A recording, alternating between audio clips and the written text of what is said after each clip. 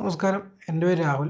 അപ്പോൾ ഇന്ന് ഞാനിവിടെ captain America A new world എന്ന് പറഞ്ഞ പുതിയ മാർവൽ സിനിമ ഐമാക്സിൽ കണ്ട എക്സ്പീരിയൻസ് ഷെയർ ചെയ്യാൻ വേണ്ടിയാണ് വീഡിയോ ചെയ്യുന്നത്.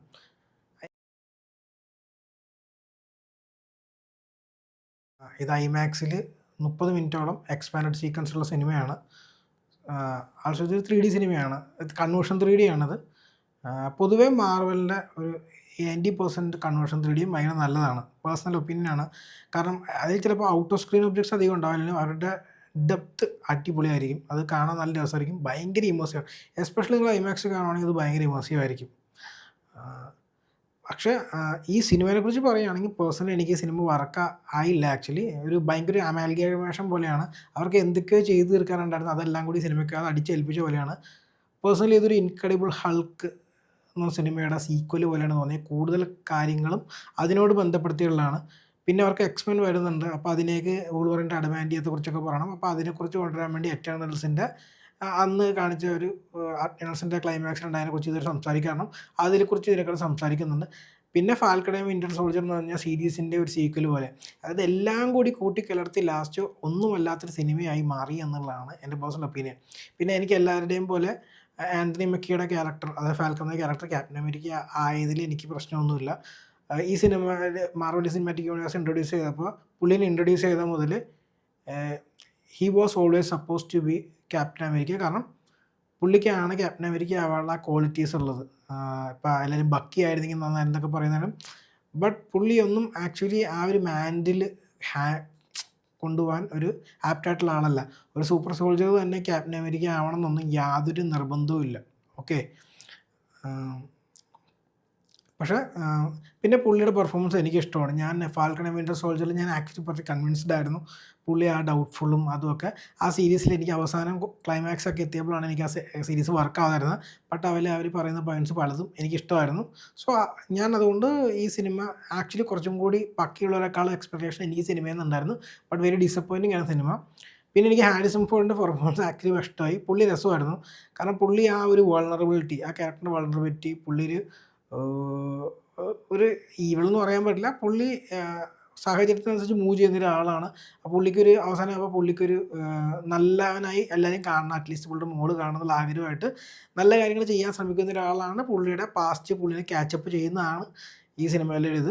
ഈ ആക്ച്വലി പുള്ളി ഹൾക്ക് ആവാതിരിക്കാൻ വേണ്ടി, അല്ലെങ്കിൽ പുള്ളി റെഡ് ഹൾക്ക് ആണെന്ന് ഓൾറെഡി എല്ലാവർക്കും അറിയാം, ട്രെയിലർ കാണിച്ചാണ്, അതൊരു സ്പോയിലറൊന്നുമല്ല. ആവാതിരിക്കാൻ വേണ്ടി പുള്ളി ചില സീക്വൻസുകളുണ്ട് പുതിയ. അത് ആക്ച്വലി ഹാരിസൺ ഫോർഡ് ഭയങ്കര രസമായിട്ടാണ് ചെയ്തിരിക്കുന്നത്. പേഴ്സണലി എനിക്ക് പുള്ളിയുടെ പെർഫോമൻസ് ഭയങ്കര ഇഷ്ടമായി. പിന്നെ നമ്മുടെ ഇതിൽ പുതിയ ഫാൽക്കണായിട്ട് വരുന്ന ഡാനിയൽ റാമറോസ്, പുള്ളി പേര് എനിക്കടുത്ത് ഓർമ്മയില്ല. പുള്ളി ഓക്കെയാണ്. പിന്നെ പിന്നെ ആരുടെ ബാക്കിയുള്ളവരൊക്കെ ജസ്റ്റ് പെർഫോം ചെയ്യാൻ മാത്രം ഒന്നും ഇല്ല ഈ സിനിമയ്ക്കകത്ത്. ചിലരൊക്കെ പ്യുവർലി വേസ്റ്റ് ചെയ്തതായിട്ട് എനിക്ക് തോന്നിയിട്ടുണ്ട്. സിനിമയുടെ ഓവറോൾ അതുകൊണ്ട് എന്നുവെച്ചാൽ ഈ സിനിമയുടെ സ്റ്റോറി ഭയങ്കര ഗംഭീരമൊന്നുമല്ല. ഐ മീൻ എനിക്ക് അതിൻ്റെ ഐഡിയ ഇഷ്ടമാണത്. ഇങ്ങനെ ഒരാൾ മാനിപ്പുലേറ്റ് ചെയ്ത് വില്ലൻ ഭയങ്കര മോശം കേട്ടോ. പേഴ്സണലി വില്ലൻ ഭയങ്കര എല്ലാ കാൽക്കുലേഷൻ ചെയ്ത് ഒരു ഇത് കണ്ടുപിടിക്കാൻ പറ്റുന്ന ഒരാളാണെന്നുകൊണ്ട് നമുക്കതൊരു പുള്ളി ത്രെട്ടായിട്ടൊന്നും ആക്ച്വലി തോന്നുന്നില്ല. പക്ഷേ ഞാൻ പറഞ്ഞൊരു കാര്യമുണ്ട്, ഇതിൽ ആ പുള്ളി ഉപയോഗിക്കുന്ന ഐഡിയ എനിക്ക് പേഴ്സണലി ഇഷ്ടമാണ്.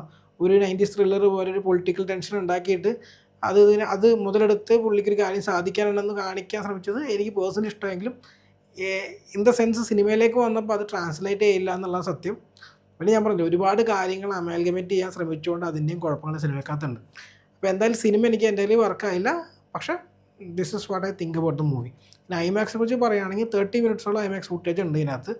പിന്നെ 3D ആണ്. 3Dയെ കുറിച്ച് പറയുകയാണെങ്കിൽ എല്ലാ മാർവൽ സിനിമകളെയും പോലെ തന്നെ അത്യാവശ്യം നല്ല രീതിയിൽ കൺവേർട്ട് ചെയ്ത 3D ആണ് ഈ സിനിമയുടെ. പേഴ്സണലി ഐമാക്സിൽ കാണുമ്പോൾ ഐമാക്സ് സ്ക്രീനിൽ കാണുമ്പോൾ അവരുടെ സിനിമകൾ പൊതുവെ നല്ല ഇമേഴ്സീവ് ആണ്. ഡെപ്ത്ത് മാപ്പിംഗ് ഭയങ്കര നല്ലതാണ് പൊതുവെ. പിന്നെ ഔട്ട് ഓഫ് സ്ക്രീൻ ഒബ്ജക്ട്സ് അധികമൊന്നും മാർവലും അങ്ങനെ യൂസ് ചെയ്യാറില്ല. അങ്ങനത്തെ 3D ആണ് നിങ്ങൾ ഉദ്ദേശിക്കുന്നതെങ്കിൽ അത് ഇതിനന്ന് കിട്ടാൻ പോകുന്നില്ല. അതല്ല മാർവൽ പൊതുവെ 3D ആയിട്ട് കൺവേർട്ട് ചെയ്യുമ്പോൾ പൊതുവെ ട്രൈ ചെയ്യുന്നത്. അവർ ആക്ച്വലി കൺവേർട്ട് ചെയ്യുമ്പോൾ അവർ പൊതുവെ ഡെപ്ത്താണ് നമുക്ക് തരാൻ ശ്രമിക്കുന്നത്. അത് ഭയങ്കര ഇമേഴ്സീവ് ആയിരിക്കും ഐമാക്സിൽ, പ്രത്യേകിച്ച് എക്സ്പാൻഡ് സീക്വൻസിൽ അടിപൊളിയാണ്. പിന്നെ രണ്ടാമത്തെ കാര്യം എന്ന് വെച്ചാൽ ആക്ഷൻ സെറ്റ് പീസുകളെല്ലാം എനിക്ക് ഇഷ്ടമായില്ല. പക്ഷേ എക്സ്പാൻഡ് സീക്വൻസിൽ വന്ന ഇന്ത്യൻ ഓഷനിലൊരു ആക്ഷൻ സീക്വൻസ് ഭയങ്കര രസമായിരുന്നു അതിനകത്ത് കാണാൻ. രണ്ടാമത് ഉള്ള റെഡ് ഹൾക്കും പുള്ളി നമ്മുടെ ഫൈറ്റ് സീക്വൻസ് അത്യാവശ്യം രസമുണ്ടായിരുന്നു. There is VFX problem. പക്ഷേ എനിക്ക് തോന്നുന്നു 3Dയിൽ കാണുമ്പോൾ 2Dയിൽ അത്രയും 3D VFX ഭയങ്കര മോശമായിട്ട് തോന്നുന്നില്ല. കാരണം എപ്പോഴും സബ്ജക്റ്റിന് ആയിരിക്കും ഇമ്പോർട്ടൻസ് നമ്മൾ 3D കാണുമ്പോൾ കിട്ടുക. ബാക്ക്ഗ്രൗണ്ട് ഭയങ്കര ഇമ്പോർട്ടൻ്റ് ആയിരിക്കില്ല നമുക്ക് ബ്ലർ അല്ലെങ്കിൽ മനസ്സിലാക്കുക. അത് മുമ്പോട്ട് നിൽക്കുന്നത് സബ്ജക്റ്റ് ആയതുകൊണ്ട് ഭയങ്കര മോശമാണ്. ഞാൻ നല്ലതെന്നല്ല പറയുന്നത്. പേഴ്സണലി ഡോക്ടർ സ്ട്രേഞ്ച് അല്ല, പൊതുവേ ഈ അടുത്തായിട്ട് ഇറങ്ങിയ എല്ലാ മാർവൽ സിനിമയും ഗ്രീൻ സ്ക്രീൻ എഫക്റ്റ് മോശമായിട്ട് തന്നെ അവർ ചെയ്യുന്നത്. ഈ സിനിമയിൽ ആ പ്രശ്നമുണ്ട്, ഇല്ലാന്നൊന്നുമല്ല. പക്ഷേ റെഡ് ഹൾക്കിൻ്റെ VFX ഭയങ്കര എനിക്ക് ഇഷ്ടമായി. കുറേ സ്ഥലത്ത് VFX നല്ലതായിരുന്നു, കുറേ സ്ഥലത്ത് ഭയങ്കര മോശമാണ്. എനിക്ക് തോന്നുന്ന മോശമായ സ്ഥലമെല്ലാം ഒരു മാറ്റി 2-3 പ്രാവശ്യം റീഷൂട്ട് ചെയ്യപ്പെടുന്നതാണ്. പ്രത്യേകിച്ച് ഇതിലത്തെ ക്രെഡിറ്റ് സീൻ ഉണ്ടല്ലോ, ക്രെഡിറ്റ് സീൻ എനിക്ക് തോന്നുന്നു ഇവർ പ്രീമിയറിന് 3 ദിവസം മുമ്പ് ഹീറോ ആന്റണി മെക്കൻ്റെ വീട്ടിൽ പോയി ഷൂട്ട് ചെയ്യാമെന്നാണ് ക്രെഡിറ്റ്. അത്രയും മോശമാണ് അതിൻ്റെ ഗ്രീൻ സ്ക്രീൻ എഫക്റ്റ്. പിന്നെ എക്സ്പാൻഡ് സീക്വൻസ് പറയുകയാണെങ്കിൽ ക്ലൈമാക്സിൽ ചില സീക്വൻസിൽ എക്സ്പാൻഡ് സീക്വൻസ് വേണമായിരുന്നു എനിക്ക് തോന്നുന്നത്. പ്രത്യേകിച്ചും റെഡ് ഹൾക്കും ക്യാപ്റ്റൻ അമേരിക്കയും തമ്മിലുള്ള ആക്ഷൻ സീക്വൻസ്, ആ ക്ലൈമാക്റ്റിക് ഫൈറ്റിൽ ആക്ച്വലി റെഡ് ഹൾക്ക് ട്രാൻസ്ഫോർമേഷൻ സമയത്ത് തന്നെ അത് സ്വിച്ച് ചെയ്യണമായിരുന്നാണ് എൻ്റെ പേഴ്സണൽ അഭിപ്രായം.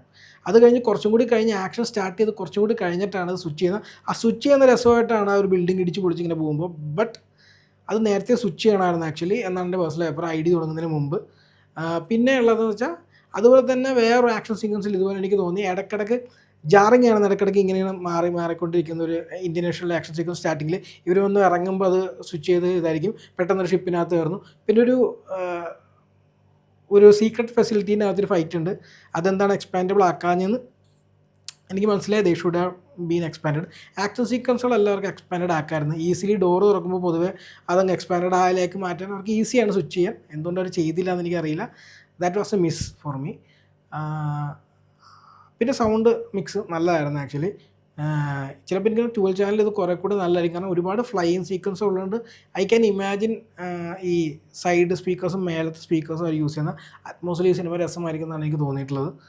പക്ഷേ ഐമാക്സിൽ ആ 3D സറൗണ്ട് നമുക്ക് നല്ലോണം കിട്ടുന്നുണ്ടായിരുന്നു, അടിപൊളിയായിട്ട് കിട്ടുന്നുണ്ടായിരുന്നു. അതുകൊണ്ട് പേഴ്സണലി എനിക്ക് അതൊക്കെ ഓക്കെയാണ്. ഐ മീൻ എനിക്ക് ആ സിനിമ ഒരു വട്ടം കണ്ടുകൊണ്ട് അത് നഷ്ടമായിട്ടൊന്നും തോന്നിയില്ല. ബട്ട് ഇതൊരു ഗംഭീര സിനിമയൊന്നുമല്ല. രണ്ടാമതൊന്നും ഞാനിത് എങ്ങനെയുണ്ട് റിയൽ 3D കാണാനൊന്നും ട്രൈ ചെയ്യാൻ വേണ്ടി ഞാൻ പോകുന്നില്ല. കാരണം അതിനുള്ളതില്ല ഈ സിനിമ. അപ്പോൾ ഇത്രയാണ് ഇതിനെക്കുറിച്ച് എനിക്ക് പറയാനുള്ളൂ. എന്തായാലും ഹോപ്പ്ഫുള്ളി നമുക്ക് അടുത്ത ഐമാക്സ് സിനിമ, അത് മിക്കി 17 നെക്സ്റ്റ് ഐമാക്സ് സിനിമ. അപ്പോൾ അതിറങ്ങുമ്പോൾ അതിനെക്കുറിച്ച് ഞാൻ വീഡിയോ ഇടാം. പിന്നെ എന്തായാലും എൻ്റെ ഇൻട്രസ്റ്റെല്ലാറെ ഞാൻ ബ്രോഡ്വേ സിനിമാസിൽ കാണാൻ പോയതിനെക്കുറിച്ചൊരു എക്സ്പീരിയൻസ് വീഡിയോ ഇടുന്നതാണ്.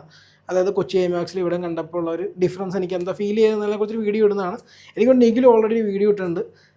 അത് നമ്മളും എല്ലാവർക്കും ഏകദേശം കുറേയൊക്കെ സെയിമിലർ അഭിപ്രായമാണുള്ളത്. പക്ഷേ എന്തായാലും എൻ്റെ അഭിപ്രായം ഞാൻ എന്തായാലും വീഡിയോ ആയിട്ട് ഇടുന്നതാണ്. അപ്പോൾ എന്തായാലും എത്ര നേരം വീഡിയോ കണ്ടെന്ന് നന്ദി. നിങ്ങളെല്ലാം ക്യാപ്റ്റൻ അമേരിക്ക കണ്ടോ, നിങ്ങൾ ഐമാക്സിലാണോ കണ്ടത് എങ്കിൽ നിങ്ങളുടെ അഭിപ്രായം താഴത്ത് പറയുക. എന്തായാലും പേഴ്സണലി ഞാൻ സജസ്റ്റ് ചെയ്യില്ല സിനിമ കാണാൻ. ഇനി കാണാൻ ആഗ്രഹിക്കുന്നുണ്ടെങ്കിൽ അത് ഐമാക്സ് തന്നെ പോയി കാണുന്നതായിരിക്കും നല്ലത്. So by.